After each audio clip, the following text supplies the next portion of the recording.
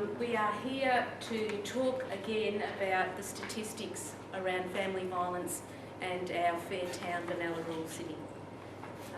And you can see on the board there we've had them laminated for you to get a closer inspection. They're not good. They're still not good. I really commend the work that Benalla Police are doing, and some of the reasons for our statistics is there's a lot more confidence, is my understanding, in the community to be able to present some of these issues to the police, where in the past we didn't have necessarily that confidence for a number of reasons. So I certainly commend police. Restrictive. And of course the definition of family violence is much broader than the physical. You know, we're talking about cyberbullying and cyber violence and sexual violence. We're talking about a range of things now which is much broader than it was, say, 10 years ago. So just bearing some of that in mind, we're going to be asking a lot more of you and the agencies that have signed up for this. But to do that and to pursue the work, I'm going to introduce Stott to come and talk to us. So we're here today because Benalla continues to have a serious problem with family violence. But we're going to turn the slide there for the next slide. And at a national level, 2 Australian women are killed every week by a current or former partner. 1 in 3 women over the age of 15 report physical or sexual violence at some time in their lives. Statistically, that means 1/3 of every woman in this room will be a victim. And that's a shameful statistic all on its own. You don't have to be rocket science to work out if 1/3 of the women are statistically a victim. That also means 1/3 of the males are potential perpetrators. So you can work out your own conclusions. We would hope that the fact that you're in this room, that you're in the other 2/3 of leaders of men who want to show men a right way to live. 1 in 4 young people have witnessed violence against their mother or stepmother. We're going to talk about children's and family violence a bit later on. And domestic and family violence is a major cause of homelessness for women and their children. So our next slide, a few statistics from the Crime Statistics Agency. So Benalla sits across the state. Out of 79 LGAs, we are number 9. Last year we were number 9. The year before that we were number 4. But we're in the top 10. Next slide, please. That, when we bring it home to our little local area here, that puts us number 3 in the region. So we've actually got a regional problem, because that means that there's 3 out of the top 10 in the state are from the northeast. Our next slide then brings us back to a comparison between the blues and the oranges. There you can see that over a 4-year period, a significant increase in the number of reports. But we're going to talk about what that actually means in real time. And then the last one, next slide, is the most profoundly disturbing set of statistics that you're going to look at, is that where children are present, where police attend the family incidents and report it to them, we're second in the state. So second out of 79 LGAs is something that should be profoundly disturbing for every parent, every child, every school, everyone who works with young people. And the impact on children, their exposure to family violence begins even at the early age before they get to school. And Harry will talk a bit later on in terms that we see that children growing up exposed to family violence are highly likely to become perpetrators themselves or to become victims themselves, despite everything telling them, I won't be a victim, I won't be a perpetrator, yet they do, because it's learned behaviour. So somehow or other we need to head that off. And We know from our counselling team, we've got some of our counselling team here, that we have children who are sent to us, to our counselling team, for behavioural problems, and that the root cause of their behavioural problems is family violence, and they're exposed to family violence. Let's turn to page. This is a statistical analysis over since 2009. You can see there the gradient going up in terms of children present where family violence is reported. And if we go to the next slide, it mirrors what's been happening in Benalla. See where the circle is back in 2010 and 11. Around about that time is where this community, the Benalla Family Violence Prevention Network and Health and Wellbeing Action Group and our partner agencies decided enough. We are going to make a difference about family violence. So we started talking to our local community. We started working with Harry and the police in terms of what we can do. And so we've been we've been encouraging women to report, children to report, and that's what's happening. And then there's a plateau. And we think that statistically that means that we've actually reached normal for Benalla. That's where we are. But that normal for us is number 9 in the state. Harry, you want to talk about these stats for a second? Yeah, look, in years gone by, family violence was never recorded as a separate incident. If I hit my wife, it was classed as an assault, it was never counted as family violence incident report. Victoria Police bit the bullet and we started doing these. And yet the work that we've done over the last few years with the community is what's encouraging people to report them. Now, we all expected to see that steep increase in the number of reports. Came as no great surprise. Where it was going to stop increasing, nobody knew. Last year, we looked at it, we said, fairly close to level. Hopefully this is as high as we get. The good news is that we haven't gone up any higher. We have looked at some of the other statistics. We'll see some of them have plateaued and then continued to climb. We're hoping that we are where we sit. And it's probably fairly indicative of the actual number of family violence incidents that do happen in this town. I'd love to see it come down, but I think there's a long way to go before we get a big decrease. If we want to go to the next slide. Okay, how have we responded? Okay, we have done what we can on a number of different fronts. The first and probably the most important one is engaging with the community, as evidenced by the number of people that are here, the work we've done with Neil and Benalla Health and the White Ribbon Ambassadors. It's been a matter of trying to push the issue out so people actually sit up and take notice of it. For those that are old enough, you remember when I was a young fella, everybody used to go to work, get drunk and drive home. And that was the accepted thing. Nowadays, these young school children, young adults, by the time they get their licence, the culture will change completely. They won't knock off work, go and down 6 or 7 pots of beer and then drive home and think it's right. That's what we want to get with this family violence. We want the community to say it is not right, it's not acceptable. So that's a big part of it. That's also why our number of reports have gone up. By getting people to talk about it, people going and getting help. We're trying to break that cycle. We're trying to say to people like that, just because you're in a family violent type relationship, you don't have to put up with it forever. You can change the cycle. And that's where Benalla Health, Centre Against Violence, a whole range of organisations can step in and help. But it's only by getting people to talk about things that we're going to make any difference to. So, on our next slide, I just want to take you through an education moment about the true cause of family violence.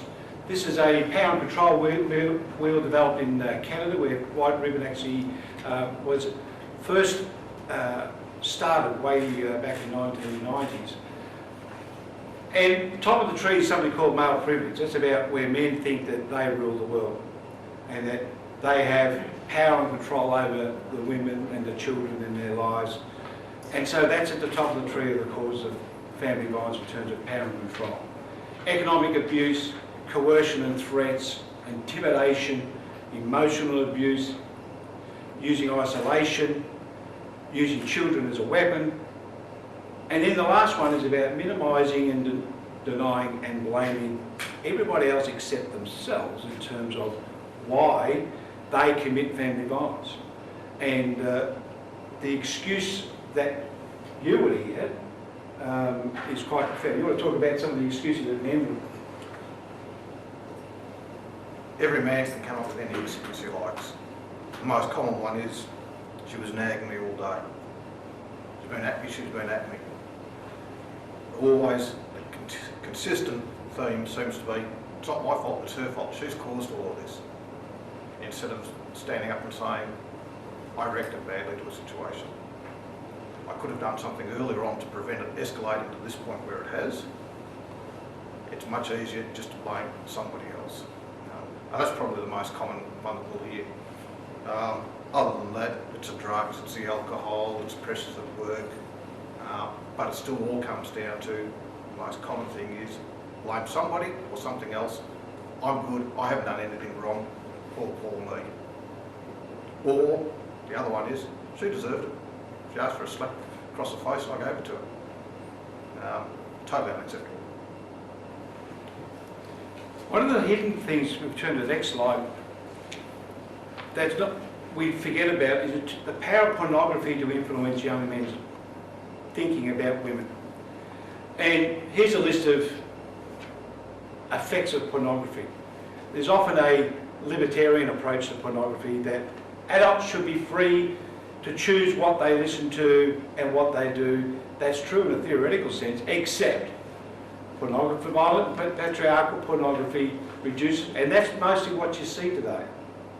All the studies about modern day pornography is about it's violent and it's very patriarchal, reduces women as sexual objects, portrays them as passive recipients, uses boys and young men, and the use by boys and young men results in unrealistic and artificial expectations about men and women expecting sex, presses women to consent to things that they actually don't want to do, and takes away their experience. And there's another slide there.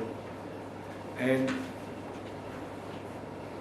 men who watch pornography are more likely to believe rape myths, are less likely to be supportive of women who are raped, are much less likely to interrupt other men who engage in violence or abuse, and demonstrate more willingness to commit rape or other forms of violence against women. And that's taken out of 3 separate studies about the effects of pornography on men's attitudes. And so this is something that Benalla can't fix pornography. This is a community-wide problem that we all need to embrace as this is a problem. It's been talked about at the Royal Commission of Family Violence as a serious issue.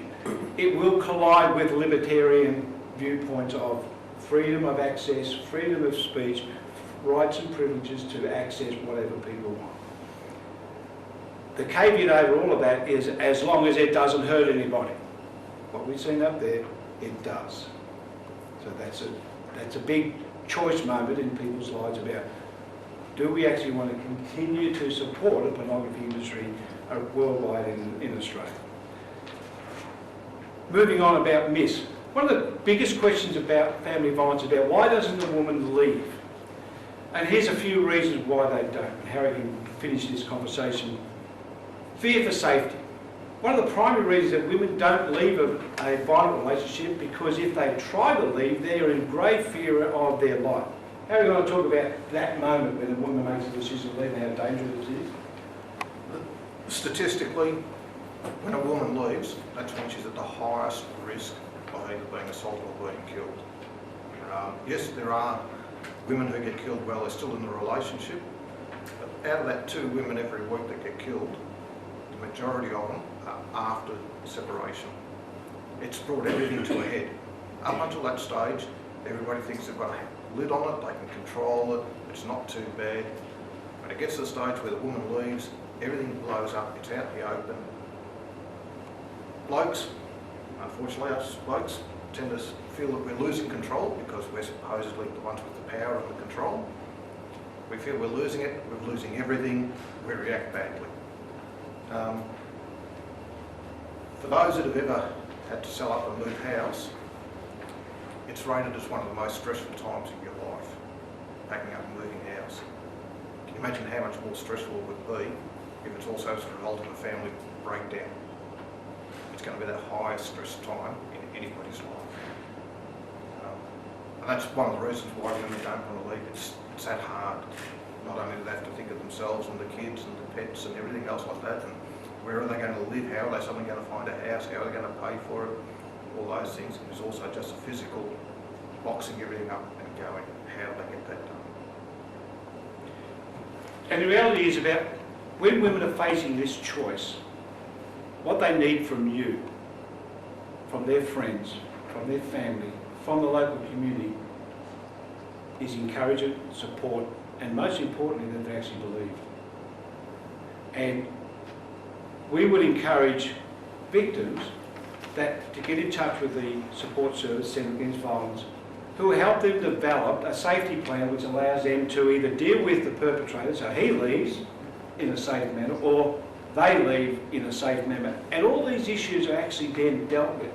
So for a woman to leave, they need in their head to be able to work through this stuff, and then they can make a positive, strong, supportive decision to do something and no longer be involved in that violent relationship.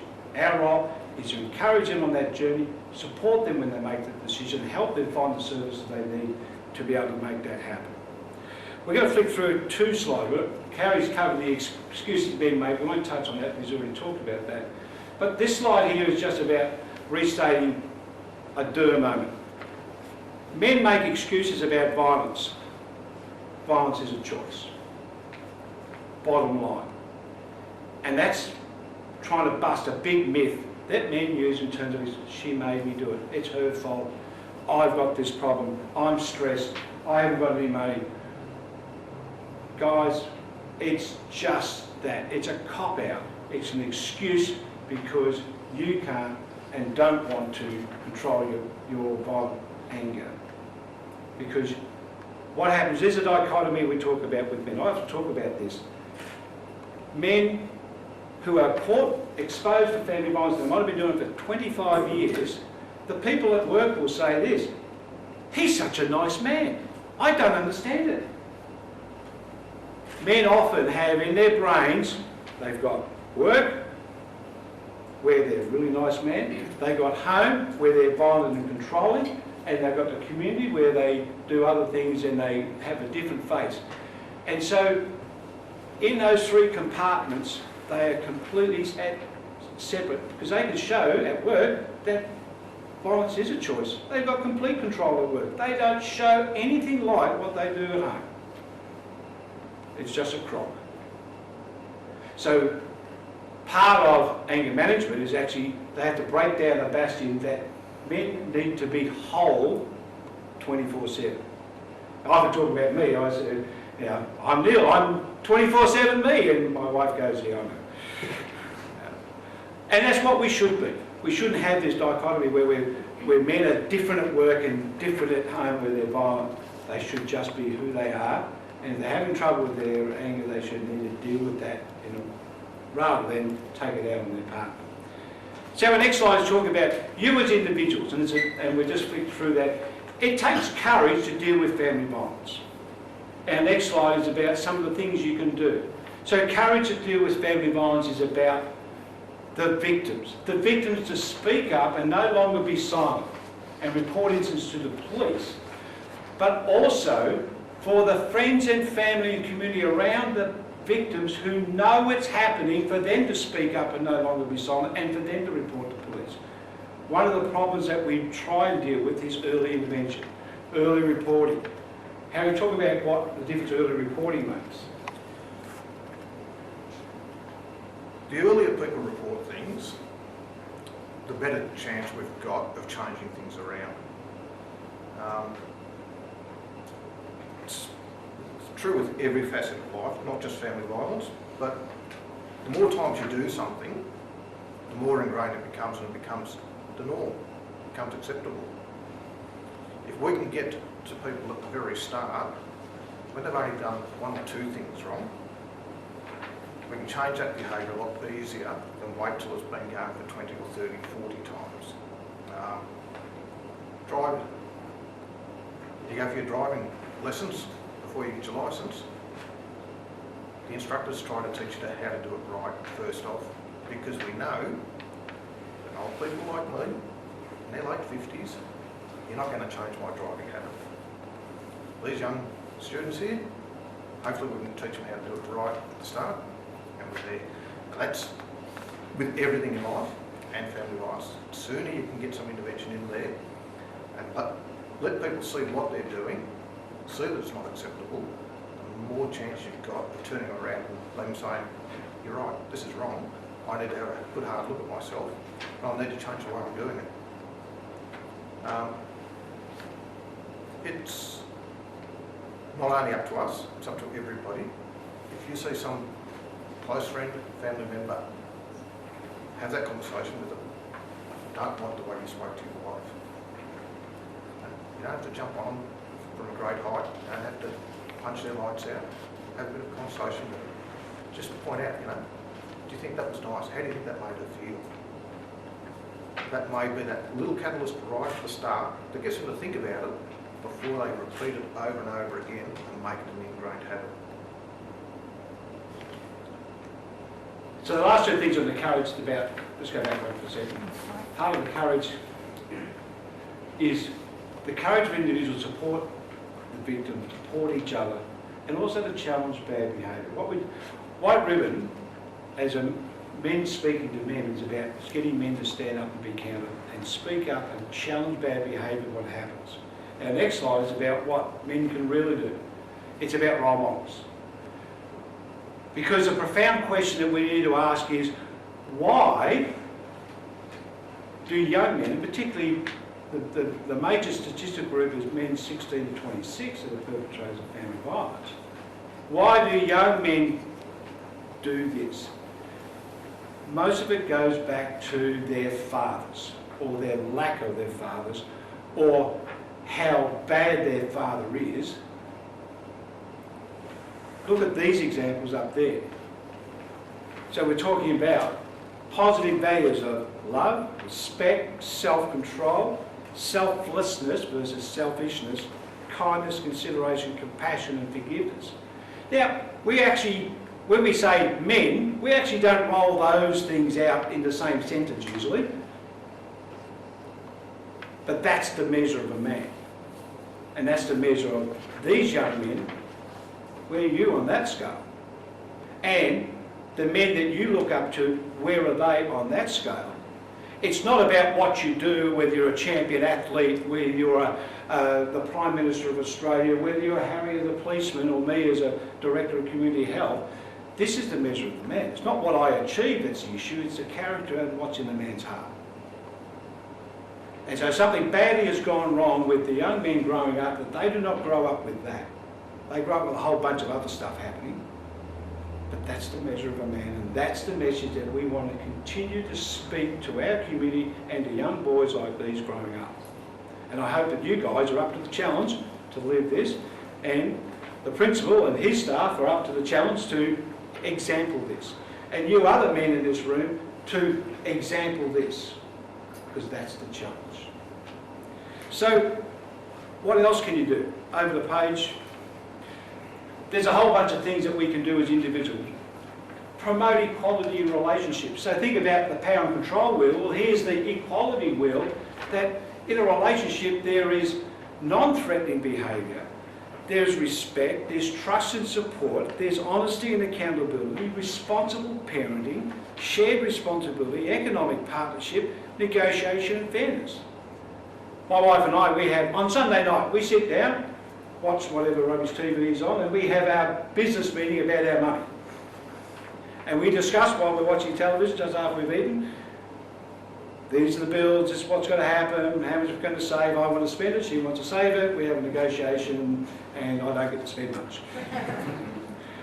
But that's what partnership's all about. You actually have a discussion and a dialogue about life, work it out together and move on together. And that's what a partnership relationship is all about. What else? Turn the page again.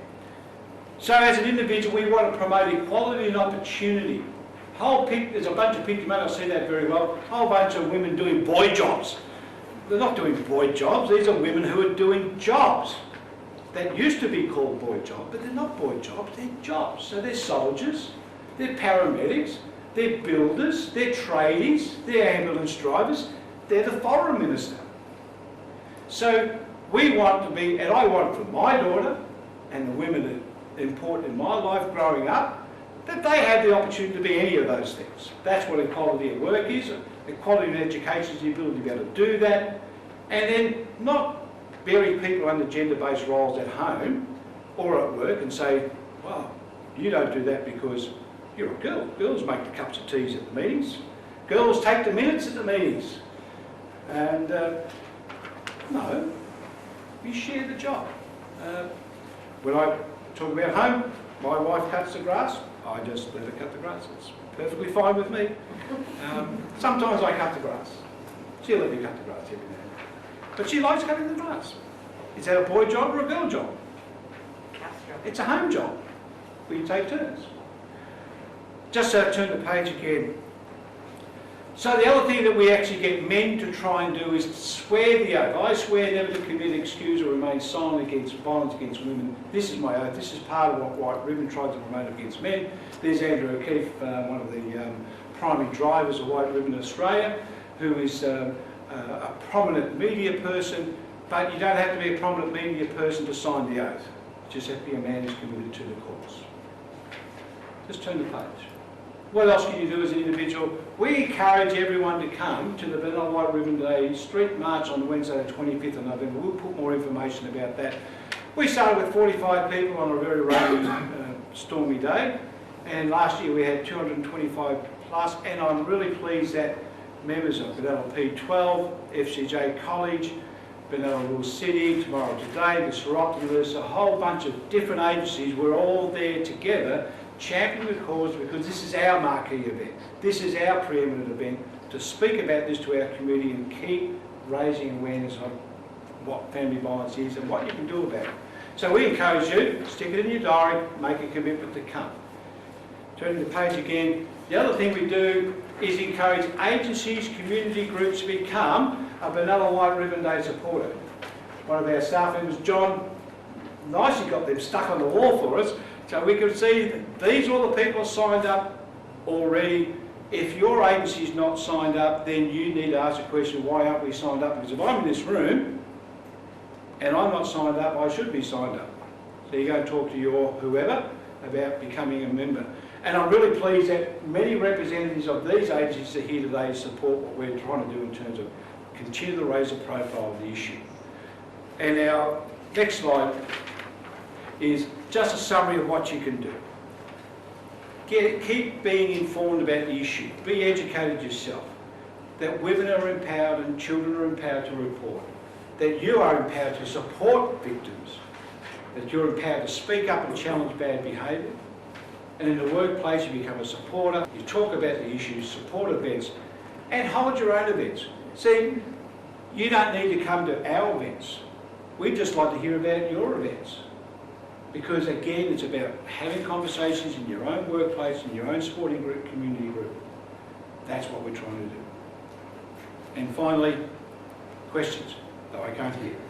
Thank you. I'll speak to Harry, I can hear who's you. not... But I can't. You just tell me. Harry, is there an opportunity in Benalla for anger management? There is a limited opportunity for anger management for men. It's called the Men's Behavioural Change Program. And unfortunately, whilst the government has put a lot of money in to look after the victims of family violence, the money hasn't been there as well to look after the perpetrators. Everybody keeps pushing for it, but it doesn't seem to have got the political traction that looking after the victims has. It is run out of Wangaratta normally. They are trying to run courses down here, but the funding is nowhere near the same level as what we'd like to see. So I suppose the short answer is yes, there is a little bit, but not enough. Thank you. Why do you think Benalla is third when its population is so much smaller than Shepparton and Wodonga? Okay.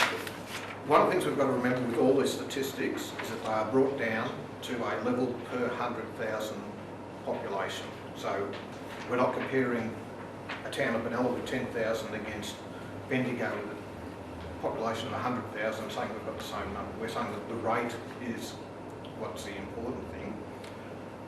A number of reasons why we figure so highly is the good work that as an organisation, Victoria Police, Benalla Health, Centre Against Violence and a few other organisations did right from the word go is to get people the confidence to report it, knowing that if they report something, it won't all be punitive.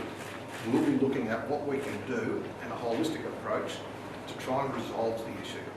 Not just hit somebody over the head with a big stick and say, naughty, naughty you, and hope that fixes it. Yeah, part of our work is we do hit people over the head with a big stick, but the other part of it is, let's look at what's the underlying causes and see if, by utilising other agencies, we can get rid of that cause. Okay, it's a bit like if every time you hopped in your car you burnt yourself, eventually you wouldn't hop in the car, but you still have the danger, whatever it is there. Let's look at, okay, put a lambswool sheepskin cover on there. Next time you hop in your car, you won't get burnt because the seats aren't hot.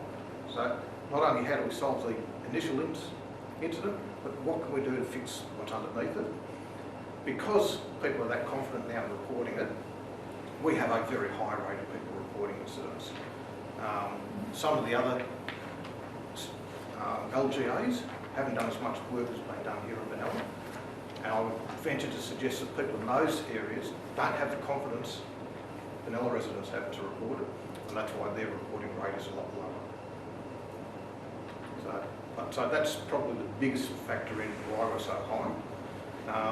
And if you look at the actual number of family violence reports that we've had over the last 2 years, they are very consistent. The problem is still exactly the same size for us. We're just in that fortunate position where people are confident, they can report it, and they get some help. And that's the important thing. Harry, correct me if I'm wrong, but the last time we looked at these figures, which was last year, we were 4th in the state for family violence incidents where children are present, and we're 2nd now? No, we were 4th in the state for the rate of family violence incident reports. Yep. What was the question? Last year, do you remember where we were rated for where children were present? Third. So We we're 2nd actually now. crept up. Yeah.